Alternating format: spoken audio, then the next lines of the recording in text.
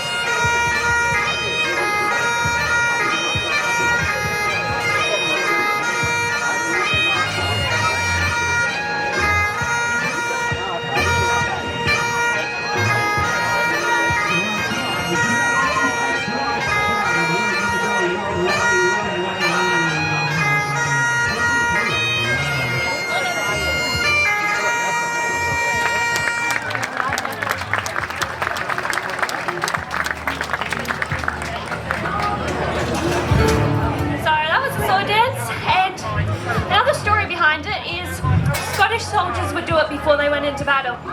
Now, as the story goes, if the Scottish soldier before battle, while doing the sword dance, did not touch his swords, then he was very likely to come home from battle that day. But if while performing the sword dance before battle, he touched his swords, the story goes that he would likely die or be injured in battle. So if I was a Scottish soldier, thankfully I would have come home. Alright, so before we go on to the next dance, I'll just explain a little bit about myself. I have been doing Highland dance for 13 years now, and I recently started teaching in Little Forest, just north of Milton. So several of my students are here with me today, and they will be performing the next dance, and it is called Party Bars.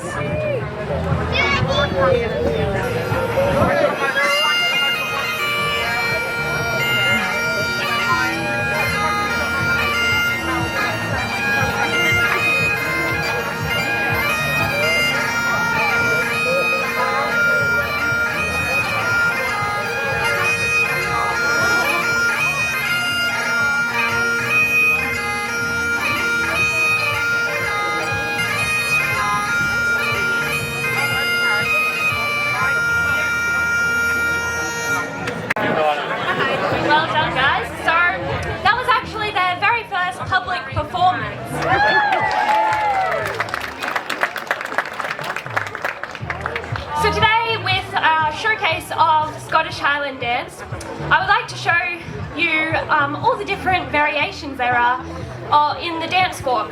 Now we have the traditional dances, including the sword dance that I just performed, and the dance like the party bars. Now we also have more modern dances, and these are called choreography. And these are where someone takes songs and puts the traditional Highland dance steps to them. So it could be any song, and they put these steps to them. So the next dance I'll be performing is a choreography. This one I choreographed several years ago, and it is from a movie some of you will know, Pirates of the Caribbean. And the song I'll be performing is He's a Pirate.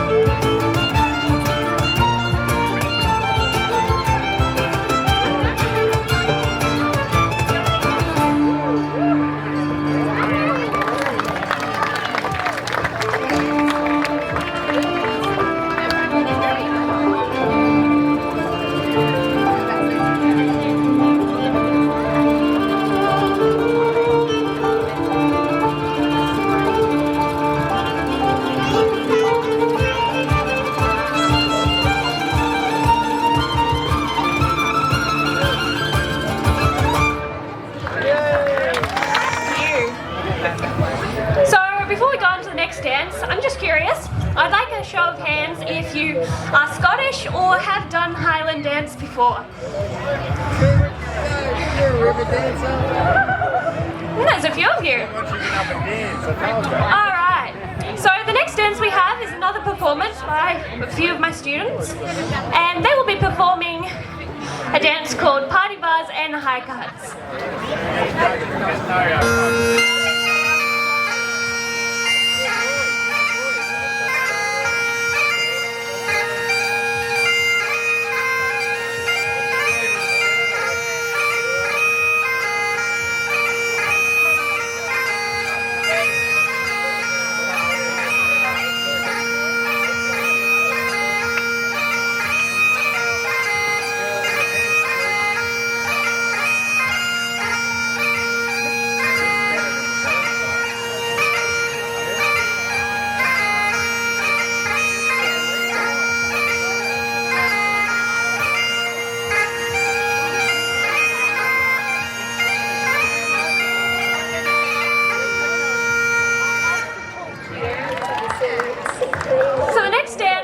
Performing for you today is another traditional Scottish Highland dance. Now the outfit I'm wearing is an abaya, and this is not like the kilt, but it's sort of similar. whereas the kilt has a flat front and pleats at the back. This outfit has pleats all round so that the dancer can hold it out like this, and this is a traditional feminine outfit for Highland dance.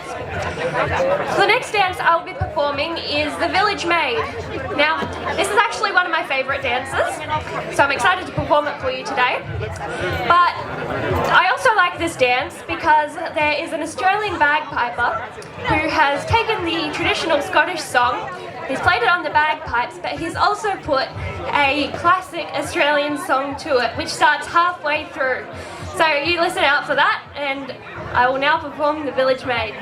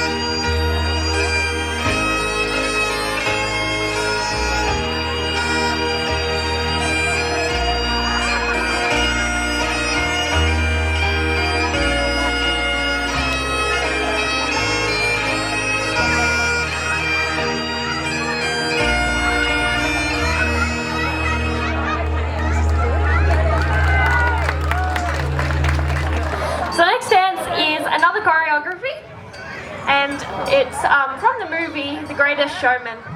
So the song I'll be performing now is From Now On.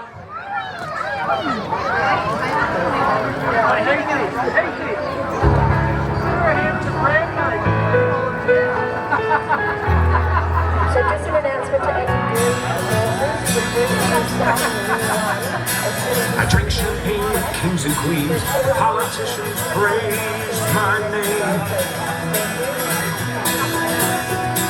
The tolls of someone else's dreams, the pitfalls of the man I became. For years and years, I chased their cheers. Crazy speed, I've always needed more. But when